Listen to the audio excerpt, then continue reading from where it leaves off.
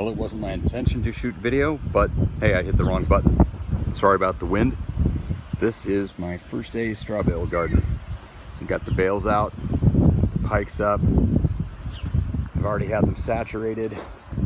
I've put on the high nitrogen fertilizer that begins the process of helping break these down so they're suitable to put in our starters. Haven't got the row cover in all the way. It's been we just got this done today. It's about to storm pretty bad, but yeah, got all clever with it because some of my bales went missing. So we found some really nice organic compost and put in a little stuff and made a little bed sluice here.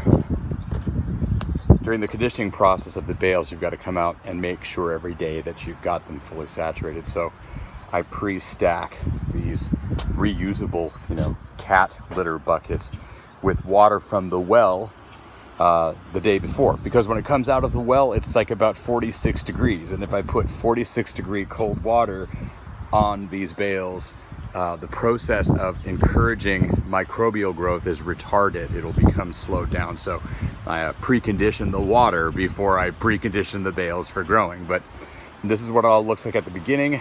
There'll be a photo barrier ground cover there. But, it's small and efficient for a small space with soaker hoses placed on the ends of these.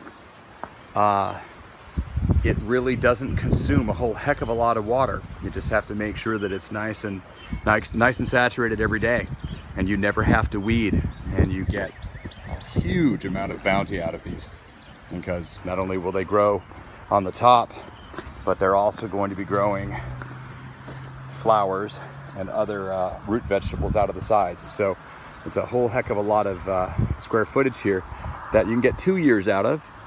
But at least the first year you get a lot out of, and then it reduces these straw bales down to really great topsoil. So yeah, straw bale gardening, man. It's a lifestyle.